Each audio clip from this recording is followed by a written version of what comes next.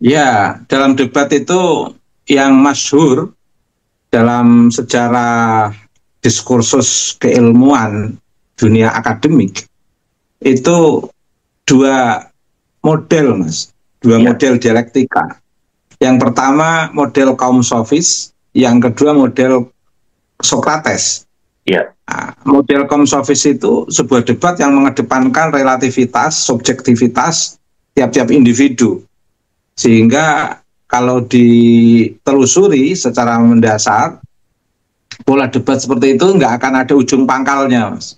ya, Karena setiap individu boleh berhujah sesuai dengan relativitasnya masing-masing, sesuai dengan subjektivitasnya masing-masing. Dan ini menjadi absurd nanti dalam sebuah perdebatan.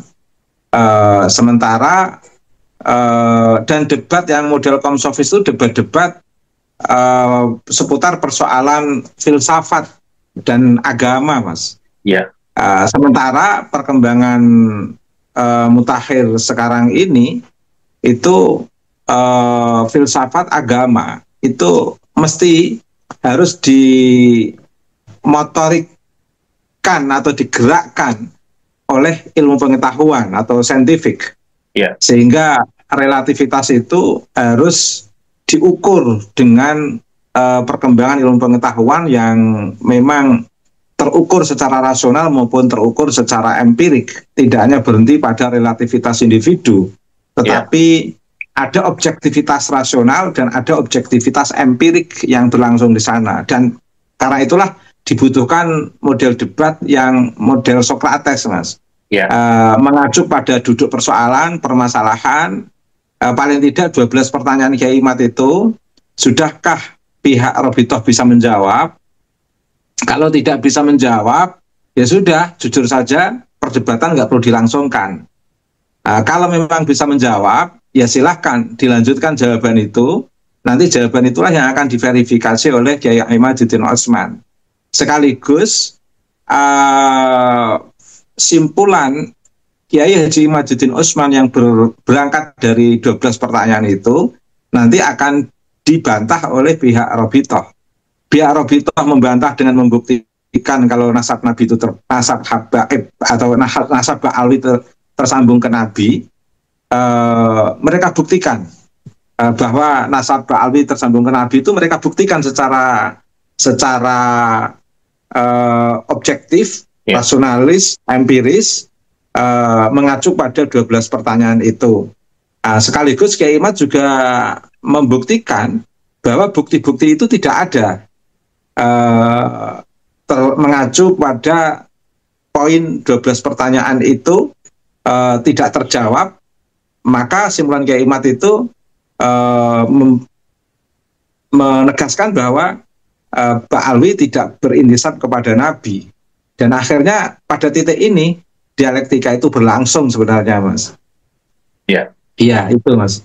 Ya, nah kira-kira ketika Mbak Alawi tidak bisa membantah debat secara akademisi, secara ilmiah, dan kemudian diputuskan secara umum, gitu kan, hasil keputusan kan kalau misalkan kita bicara dialektika diskursus nasab ini kan tesis, antitesis, dan sintetis, sehingga kan menjadi sebuah sintetis. Nah, dampak moral ataupun sosial setelah ini gimana PKI untuk ke masyarakat? Ya, Ketika dampak moralnya akhirnya akan terjadi edukasi masyarakat. Masyarakat akan bisa membaca siapa yang berdasarkan ilmu pengetahuan, siapa yang berdasarkan halusinasi, berdasarkan imajinasi kosong, tidak berdasarkan dalil atau hujah yang bersifat empirik dan rasionalis. Itu nanti kelihatan di tengah masyarakat, Mas. ya, Yang terjadi selama ini kan 12 pertanyaan belum terjawab sudah muncul framing. ya, Contoh debat Dr. Ribut dengan Tuan Muda Kori. ya, Itu Dr. Ribut kan mengajukan pertanyaan. Kalau pertanyaan itu belum terjawab, ya sudah, Dr. Ribut diam saja. Karena percuma juga kalau pertanyaan belum terjawab, kemudian yang muncul adalah framing.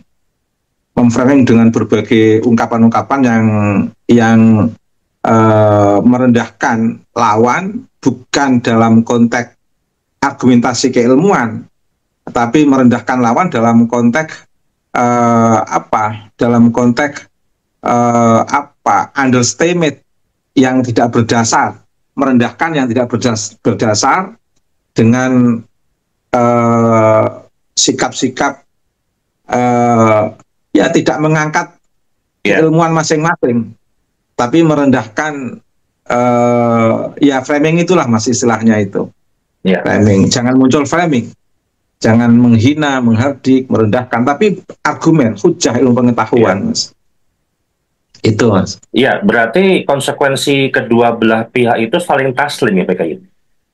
Ketika hujah-hujah itu, konsekuensinya. Konsekuensi munculnya kekecewaan karena tidak bisa ngimbangi dalam diskusi itu wajar. Tidak menerima wajar. Kalau harus taslim, saya kira nanti malah nggak hidup, mas.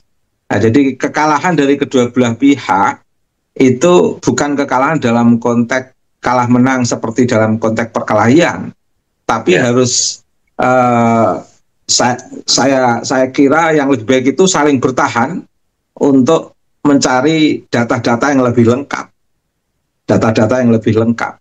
Tapi sebenarnya ini juga mendidik kedua belah pihak, mas. Paling tidak selama ini kalau memang nanti terjadi debat, paling tidak pihak Robito bisa introspeksi untuk tidak mengglorifikasi kenasaban yang tidak memiliki dasar historis dan sekaligus mengajak umat untuk membangun kehidupan ini dalam konteks kesetaraan. Jangan ada hegemoni kelas antara sistem kelas sosial yang ada di tengah masyarakat kita. Karena fitrah kemanusiaan ini adalah fitrah yang memiliki dasar kemanusiaan, keadilan, dan persamaan yang sama antara seluruh umat manusia. Dan itu kan sebenarnya yang didengungkan oleh Nabi. Deklarasi Nabi terakhir sebelum berpisah kepada umat karena memenuhi panggilan Allah, itu kan menegaskan arti pentingnya kesetaraan dan tidak bermanfaatnya mengunggul-unggulkan nasab sebenarnya. Jadi kalau memiliki mengikuti prinsip komitmen Nabi, sebenarnya kita ini kan nggak perlu mengunggul-unggulkan marganya kita masing-masing. Iya, betul. Seperti yang telah diglorifikasi oleh klan Ba'alwi, itu sebenarnya kan bertentangan dengan semangat risalah kenabian tentang arti pentingnya kesetaraan, kemanusiaan, dan keadilan, mas. Targetnya itu kok mas sebenarnya. Sebenarnya targetnya itu. Sebenarnya debat nasab itu kan sangat ringan dan mudah, mas. Ya, betul. Tapi harus ada yang mau melakukan. Karena kalau nggak ada yang melakukan, nanti klan Ba'alwi tidak sadar-sadar. Kalau saya disuruh melakukan nggak mau, mas. Jujur aja saya malu. Debat tentang tema nasab itu saya secara pribadi malu. Ya, tapi kalau mengambil titik manfaat dari debat nasab untuk konteks yang lebih edukasi, dalam konteks kemanusiaan, keadilan, dan kesetaraan, itu saya senang itu. Makanya ini jasa terbaik anak negeri ini yang telah diterima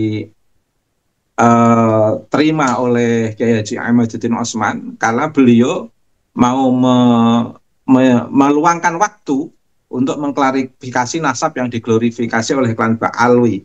Karena meluangkan waktu membicarakan nasab seperti Kiai Imad itu tidak semua orang mau, mas. Dan punya waktu gitu ya. Belum tentu punya waktu gitu kan. Tidak semua orang mau, tidak semua orang punya waktu, dan tidak semua orang siap secara data. Ya. Nah, Kiai Imad ini mau menyediakan waktu dan menyiapkan data secara lengkap. Ini kan keren Kiai Imad ini, mas. Ya, tidak hanya sekedar mau, tapi juga siap data.